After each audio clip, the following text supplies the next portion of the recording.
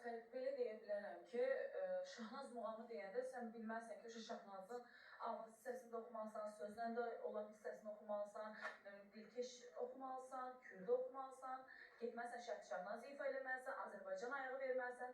Şahnaz təsviri deyəndə isə bir ağız deyib muğam istəsən ifa elə bilərsən, istəsən ifa eləməyə bilərsən və təsnif ifa eləməlisən. Məsələn, biz musiqi məktəbindən ta bugünə qədər bir təsnif keçmişik, ən çox da onu ifa edirlər. İstər bəli, müsabiqələrdə, istərsə də belə efirlərdə İlkin bəy dediyi kimi dağlardan aşdım. Şahnaz təsnifi gedir əslində. Amma xalq mahnısı da Şahnaz təsnifi kimi gedir.